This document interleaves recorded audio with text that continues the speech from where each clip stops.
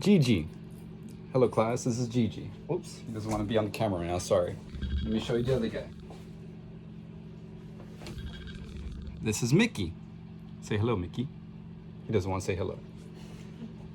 And let me show you another cat, my cat. This is Ray. Ray.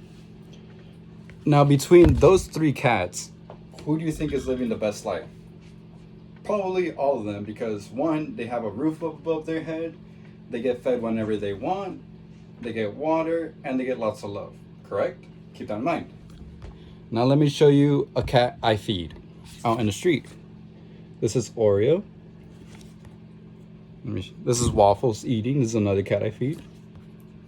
Let me show you a little bit of pictures. Oreo again, and Waffles. Now, let's compare the other two scenarios now. The home cats and the street cats. Who do you think is living a better life? Probably the home cats, right? Because they get all these necessities right whenever they want. While these street cats, they don't get fed often, they don't get as much love, and they have like the danger of the world out there. Now let me present you the other option, which is our topic for today, and that is shelter cats. Now, between those three options, who do you think is living the best life? Obviously, I would rank it by 1, the home cats, 2, the street cats, and 3, the shelter cats. And why is the shelter cats on the bottom? Well, that's because unfortunately they're probably never going to feel the touch of human love or love in general. They're behind a cage their entire lives, and eventually they're going to be euthanized. And that's the problem we have here.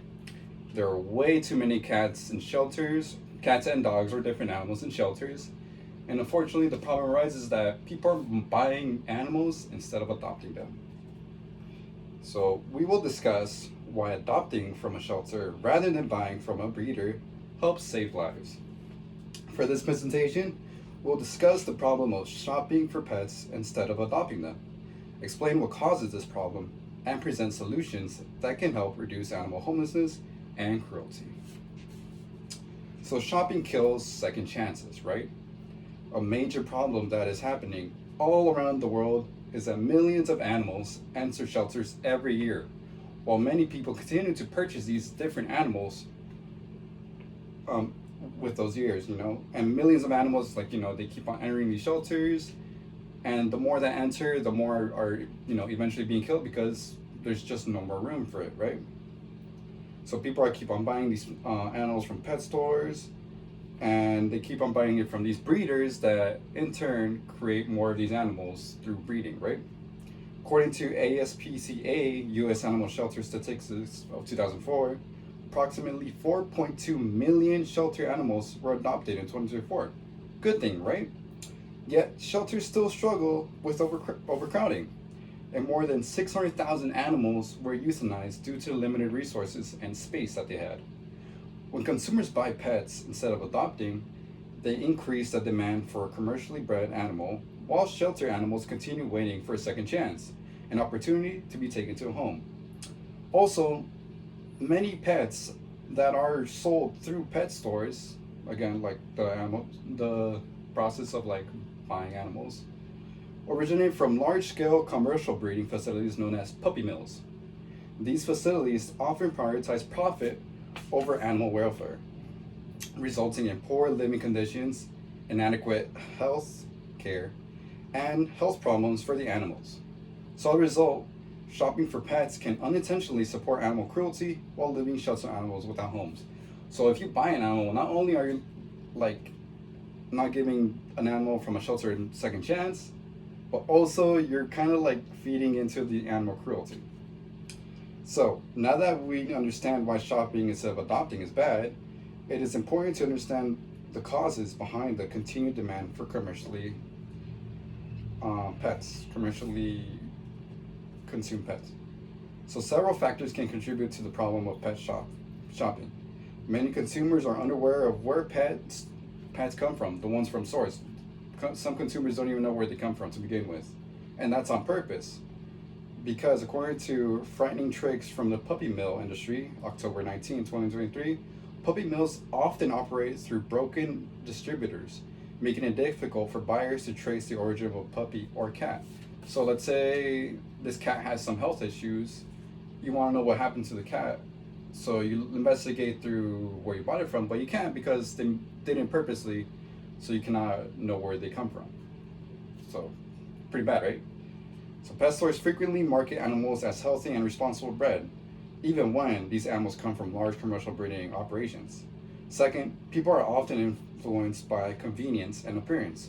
So if a buyer preferred a healthy looking cat, they would buy it rather than adopting an ugly, banged up cat from the shelter. Consumers may prefer specific breeds, colors, or sizes and believe purchasing from a pet store is easier than adopting from a shelter. Third, misinformation and lack of education contribute to this issue. Many people do not realize that shelters have a wide variety of breeds and ages available. For adopting, they may also be aware that purchasing animals creates an ongoing demand for breeding facilities that prioritize profits over animal welfare. So again, like we discussed, finally, economic and social factors such as increased breeding, reduced access to affordable spay and neuter services, irresponsible pet ownership contribute to these animals being over sheltered in these shelters and overcrowded. Sorry. So although these causes are significant, there are several ways and effective solutions to help reduce this problem. So the most effective way to combat this problem is to adopt pets from shelters, obviously, and rescue organizations rather than purchasing them from pet stores. So adopting provides homes for these animals with love. They provide homes for these animals, which you could give love to them, obviously, and also it reduces the shelter overcrowding. Another solution is increasing public education about these puppy mills and responsible pet ownership. When consumers understand how commercial breeding operations function, they are less likely to buy from these animal stores. Secondly, communities can also support help spay and neuter programs. These programs help prevent unwanted litters and reduce the number of animals entering the shelters.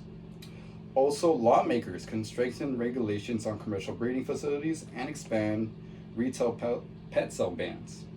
Many communities have already adopted policies that limit the sales of puppy mills animals in pet stores. Finally, people can support local shelters through volunteering, donations, fostering animal and promoting adoption events. These small actions can help the community make a significant difference in reducing animal homelessness. So hopefully, those of you that plan on getting a pet, please plan accordingly. Make sure this is a commitment that you are sure you're going to make. Obviously, this is a daily thing, an important life that you need to take care of. So please, please, please, plan accordingly and please adopt. Don't shop. We discussed why adopting from a shelter rather than buying from a breeder helps save lives. We talked about the problem of purchasing pets instead of adopting them, explained the causes of the issue, and presented solutions such as adopting, public education, spay or neuter programs, stronger regulations, and some community support. By adopting rather than shopping, people can help create a more humane future for animals while giving deserving pets a second chance at life. And for my closing statement, here's Gigi saying thank you for adopting me.